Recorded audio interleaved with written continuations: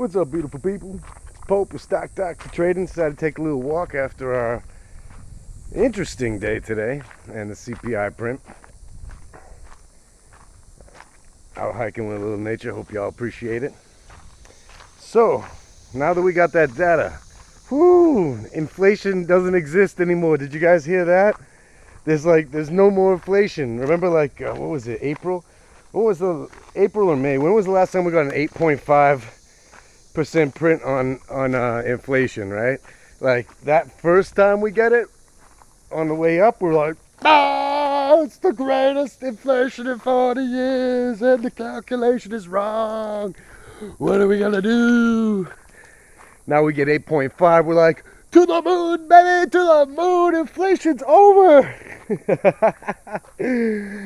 Oh man, this market's so funny, but hey, we're in a rigged market. We know that.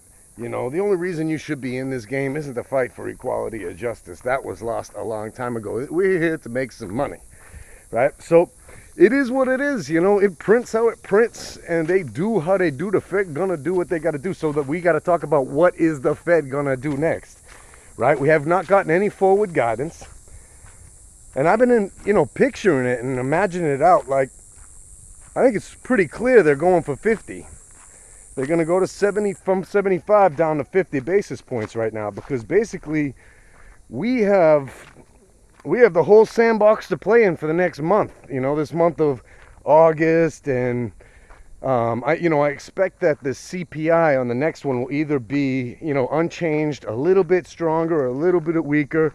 It'll kind of be like no news is good news kind of print on the 12th or 13th of September when the next CPI comes out. And then the Fed doesn't meet till the 21st. And they didn't give us any guidance. So I think I can kind of see, right? So I went and I pulled up the Fed balance sheet, right? To see what kind of effects on the balance sheet have been the quantitative tightening. They started in June. And yeah, it's like next to nothing. It's next to nothing. Basically, they've had 2 months now. And August, we're going on our third, with their preliminary quantitative tightening, which is 45 billion broken out, 2/3 to treasuries, 1/3 to mortgage-backed securities, I believe, más o menos, give or take. And I'll take a look at my little vista here. There's a hummingbird right there.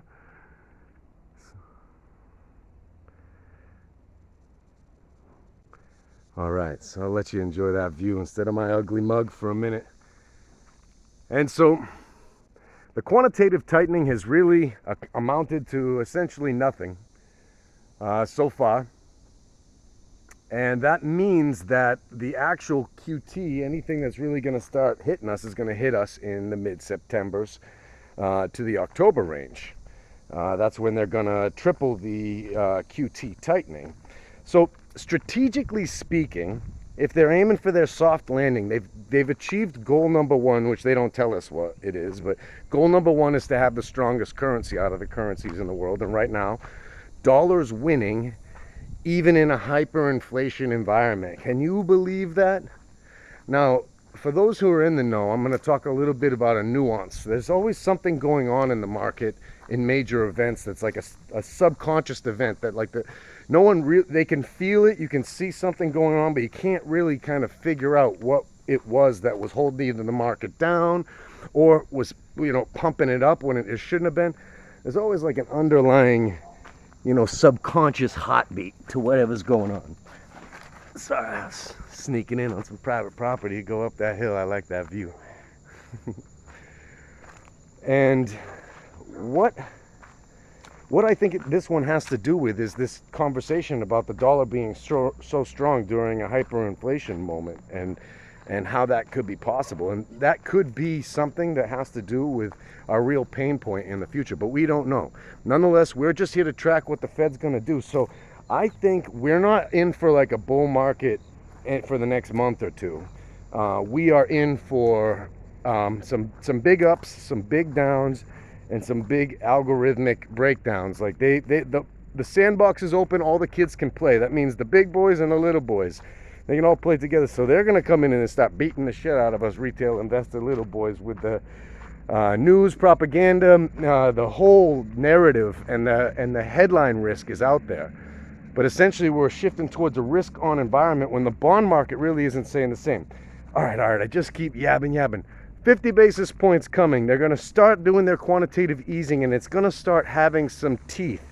But the way it looks, it'll be 50 bips or 50, 25, 25 bips on the year out. So we've got 3 more meetings, and we know roughly what the Fed wants to end the year with in terms of their what they call their neutral rate, which was 3.5, and the only way they're going to mathematically get there is if they slow down, and they have a perfect opportunity now to slow down. They really do. So I think it's much more likely that we see them go to 50 bips, then read the data. By the time they do the 50 bips, we're going to be on to what will be October's reading for inflation for September. That will be the next inflection point down. That will be the next one that will really drag us down, and that'll be tied to liquidity being pulled back out of the market. See, right now the liquidity has kind of been injected back into the market,